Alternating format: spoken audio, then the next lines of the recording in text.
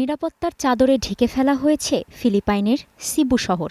দক্ষিণ পূর্ব এশীয় দেশগুলোর জোট আসিয়ানের ৪৮তম শীর্ষ সম্মেলনের আনুষ্ঠানিকতা শুরু হলো এই শহরে। ২ দিনের সম্মেলনে অংশ নিচ্ছেন সদস্য রাষ্ট্রগুলোর নেতারা।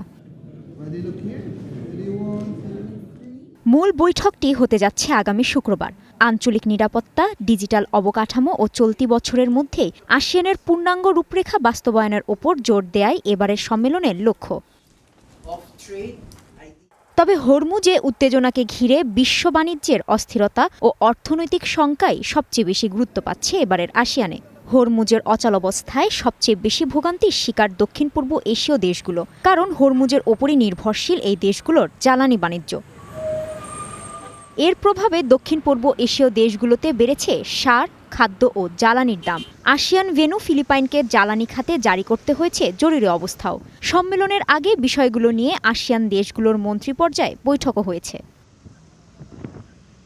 এসব সংকট মোকাবিলার পাশাপাশি আসিয়ানের অভ্যন্তরীণ অমীমাংসিত বিষয়গুলো যাতে গুরুত্ব হারিয়ে না ফেলে সেটিও নিশ্চিত করতে হবে ফিলিপাইনকে।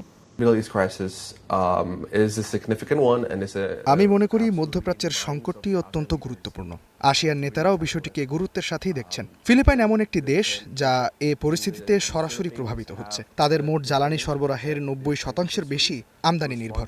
এর একটি বড় অংশই মধ্যপ্রাচ্য থেকে আসে। ফিলিপাইনের ক্ষেত্রে অবশ্যই একটি ভারসাম্য বজায় রাখতে হবে, যেন অন্য বিষয়গুলো গুরুত্ব না হারিয়ে ফেলে।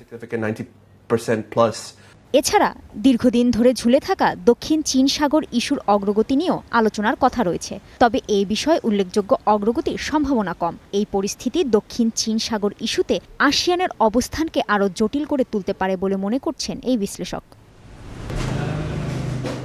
কাজী শাহরিন, স্টার নিউজ।